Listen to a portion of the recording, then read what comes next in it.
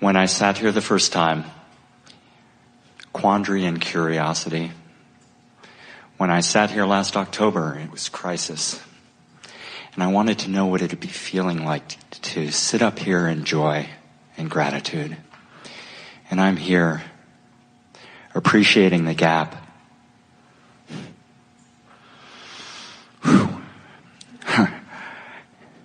Since I was last sitting before you, Esther, and with you, Abraham. They call us Abrahamster.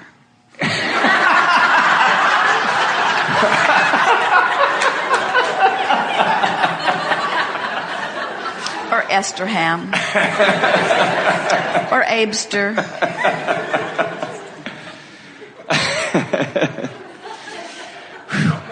Wow. I've been doing heart yoga, and my wife and I are getting a divorce, and our wings are stretching into love, and we're becoming better friends than we've been in a long time. We got a full price offer on our house before we had even privately listed it at the recommendation of the realtor who said, I don't want to talk myself out of a sale, but you can do this. And it just seems absolutely awesome to be here now. And knowing that 2 days ago I was working in this place, and I let go to jump into the mystery, knowing that there's a San Diego out there.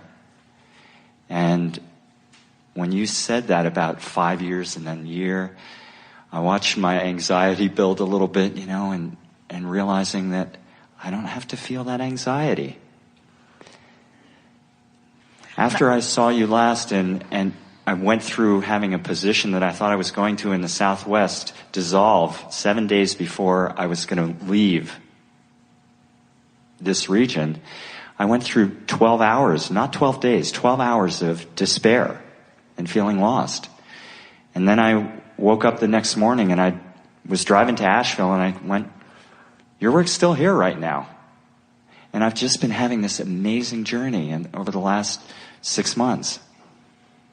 And I'm looking at everything that you just said to all of us, and I'm looking at flying someplace next Tuesday and having an interview on Tuesday afternoon to be in this place that's joyful and nurturing and abundant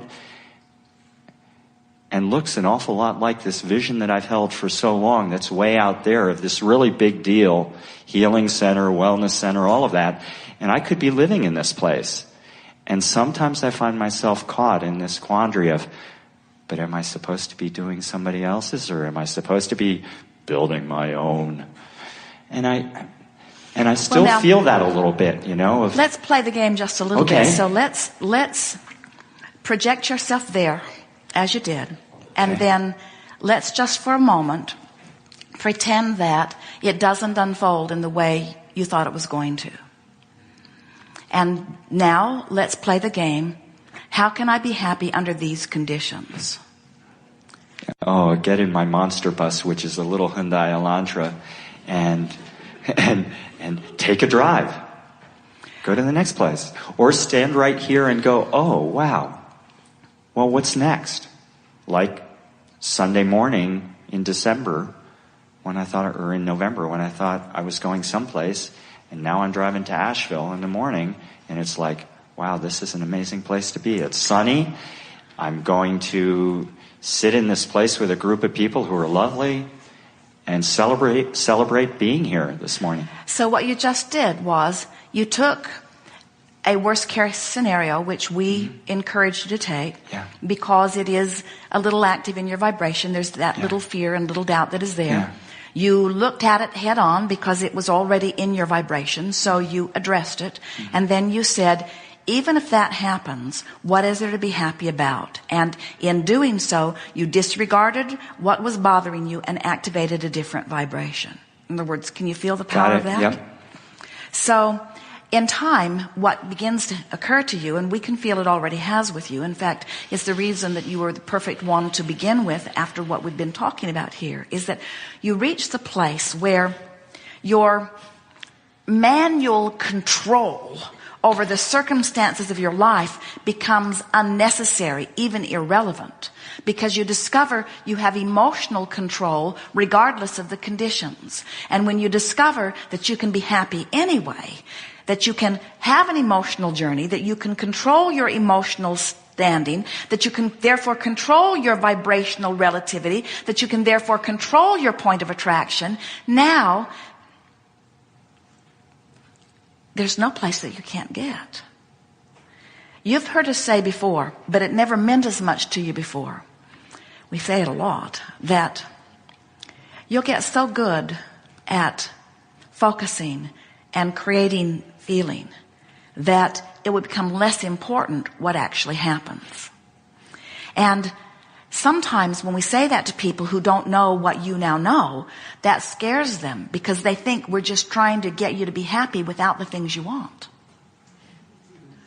And in essence, we are trying to get you to be happy without the things you want, because in being happy anyway without the things you want, then the things you want have to come.